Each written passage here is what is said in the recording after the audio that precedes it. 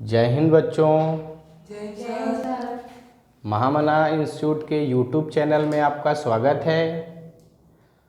आज हम लोग कक्षा 12 रसायन विज्ञान पहला चैप्टर जिसका नाम है ठोस अवस्था, उसका दूसरा लेक्चर पढ़ेंगे।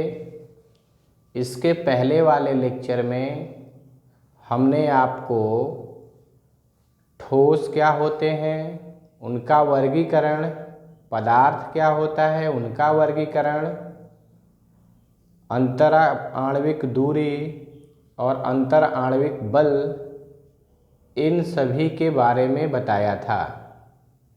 और मैं बोला था उस दिन आपको कि अगले क्लास में हम लोग ठोसों के वर्गीकरण के बारे में पढ़ेंगे। तो मैंने आपको समझाया था उस दिन कि ठोस दो प्रकार के होते हैं, एक क्रिस्टलीय ठोस और दूसरा अक्रिस्टलीय ठोस। क्रिस्टलीय ठोस को इंग्लिश में क्रिस्टलाइन सॉलिड और अक्रिस्टलीय ठोस को एमॉर्फस सॉलिड कहते हैं। क्रिस्टलाइन या जिसको क्रिस्टलीय ठोस कहते हैं, उसका उदाहरण घर में जो उपयोग करने वाला साधारण नमक है वो और क्वार्ट्ज। अक्रिस्टलीय जिसको आप इंग्लिश में एमॉर्फस कहते हैं, उसका उदाहरण कांच, रबर, प्लास्टिक ये सब होते हैं। तो आज हम लोग ठोसों के जो दो प्रकार हैं क्रिस्टलीय और अक्रिस्टलीय, उनके मध्य विभेद पढ़ेंगे, अंतर पढ़ेंगे, और वो भी गुणों के रूप में, गुणों की तुलना करते हुए अंतर पढ़ेंगे। तो स्टार्ट करते हैं।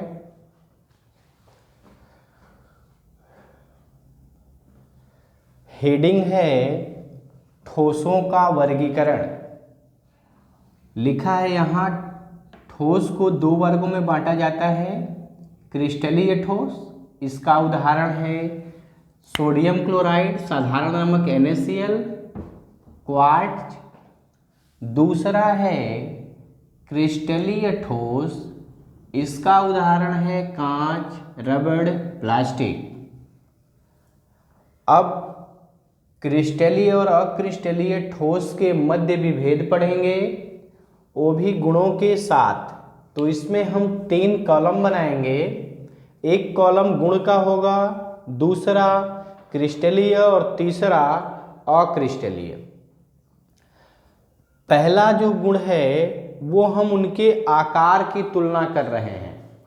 तो आकार में क्रिस्टलीय में लिखा है कि निश्चित ज्यामिति आकार।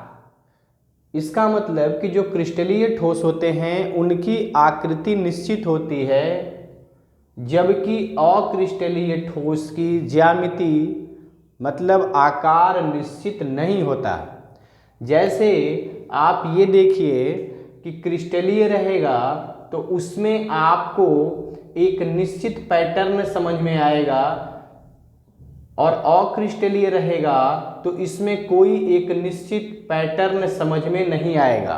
इसमें आप देख रहे हैं कि ये जितनी दूरी होगी उतना ही यहाँ से यहाँ और यहाँ से यहाँ, ये सभी आपस में बराबर हैं। एक निश्चित आकृति बन रही है और इसमें कोई निश्चित आकृति नहीं, कौन सा लंबाई कितना है, कहाँ से कॉर्नर बेंट होगा, कुछ पता नहीं है। तो ऊपर का जो उदाहरण है वो क्रिस्टलीय ठोस का, जबकि नीचे जो है वो अक्रिस्टलीय ठोस है। अगला दूसरा गुण जो है वो गुण गलनांक है, और गलनांक में क्रिस्टलीय के लिए लिखा है कि निश्चित ताप पर पिघलते हैं, और अक्रिस्टलीय में है कि ताप के एक परास में पिघलते हैं। अब इसका क्या मतलब है?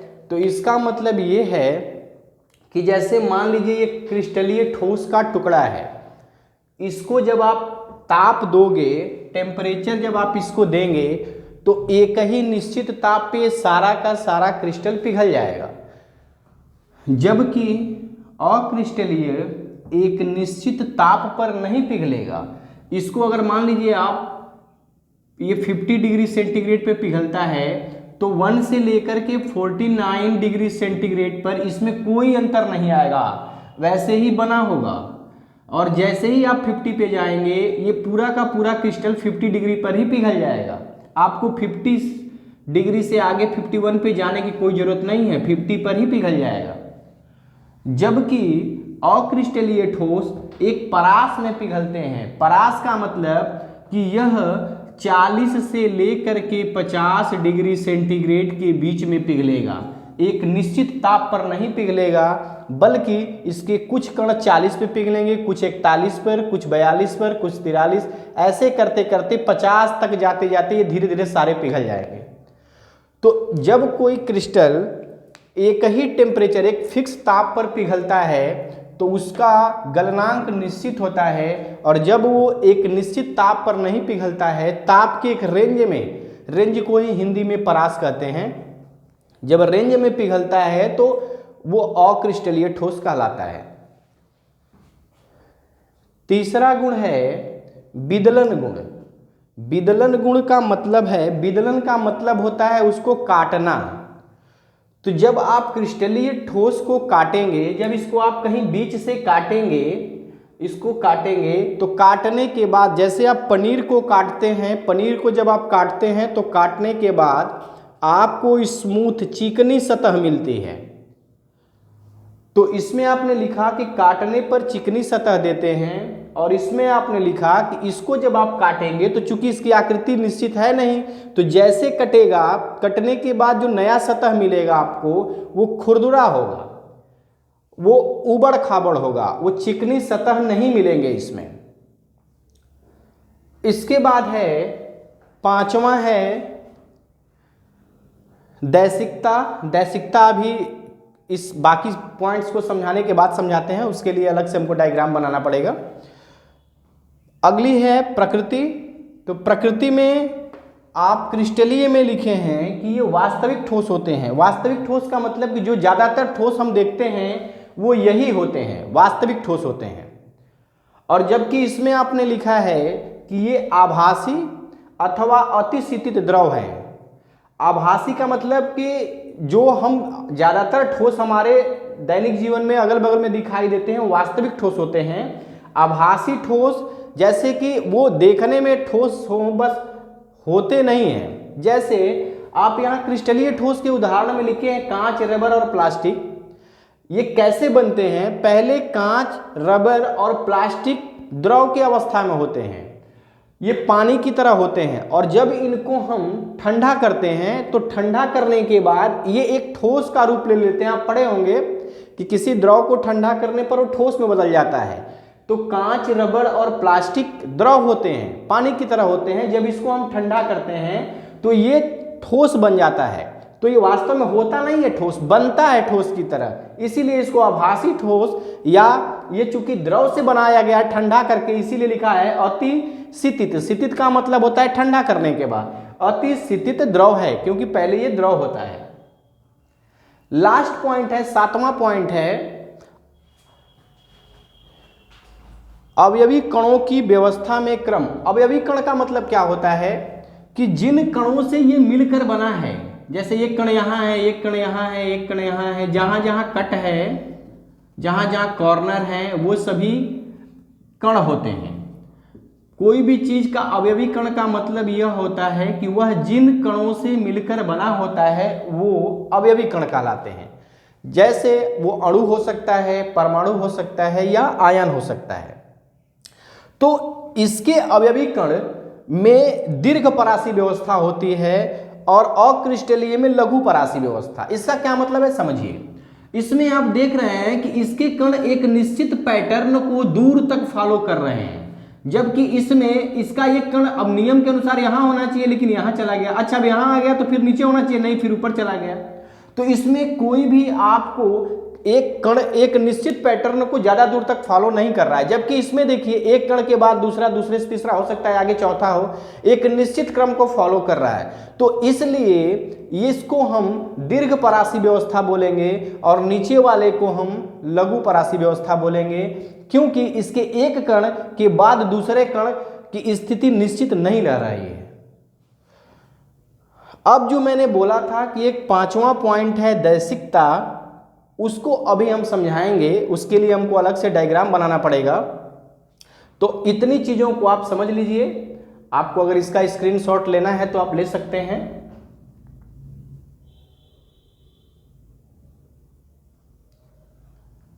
अब हम इसके बाद आपको दैशिकता समझाते हैं, इसलिए इसको पूरा इरेज करना पड़ेगा।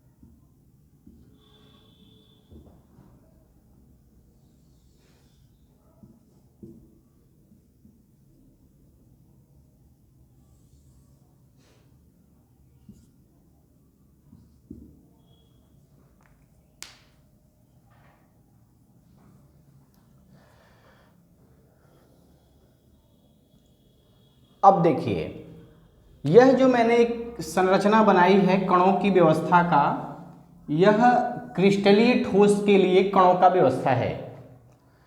आप इसमें देखिए, हमने क्रिस्टलीय ठोस को एक इस डायरेक्शन में देखने का कोशिश कर रहे हैं कि हमने एक ए और बी एक लाइन ड्रॉ की है और इसके अगल बगल आप देखिए कणों की व्यवस्था। तो आप इसके लेफ्ट साइड में, बाएं साइड में देखिए, इधर सर्कल की तरह जो छोटे छोटे गोले हैं वो दिखाई दे रहे हैं, जबकि राइट साइड में जो छोटे छोटे डॉट हैं, बिंदु हैं, वो दिखाई दे रहे हैं।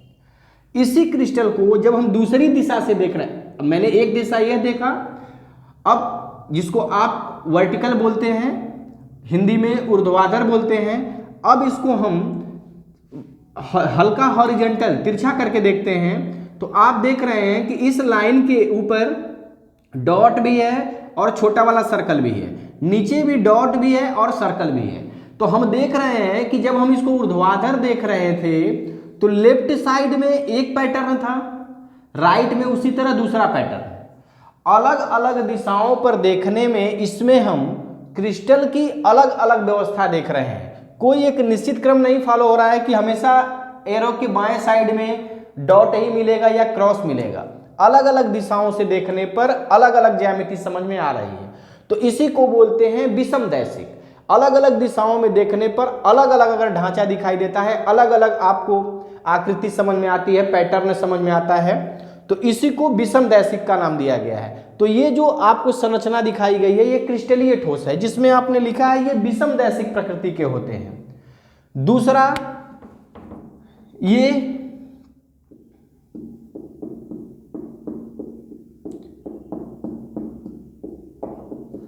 अब इसमें आप कहीं से भी कैसे भी देखिए, आपको जब भी जिधर से भी चल रहे हैं आपको छोटे छोटे डॉट ही दिखाई दे रहे हैं, तो इसको हम समदैशिक बोलते हैं कि आप कहीं से किधर भी चलिए एक ही पैटर्न समझ में आएगा। इसलिए ये अक्रिस्टलीय का उदाहरण है। तो अक्रिस्टलीय जो होते हैं समदैशिक, किसी भी दिशाओं से आप इसको देखिए, कहीं से भी देखिए, देखने के बाद एक ही पैटर्न को फॉलो करेंगे।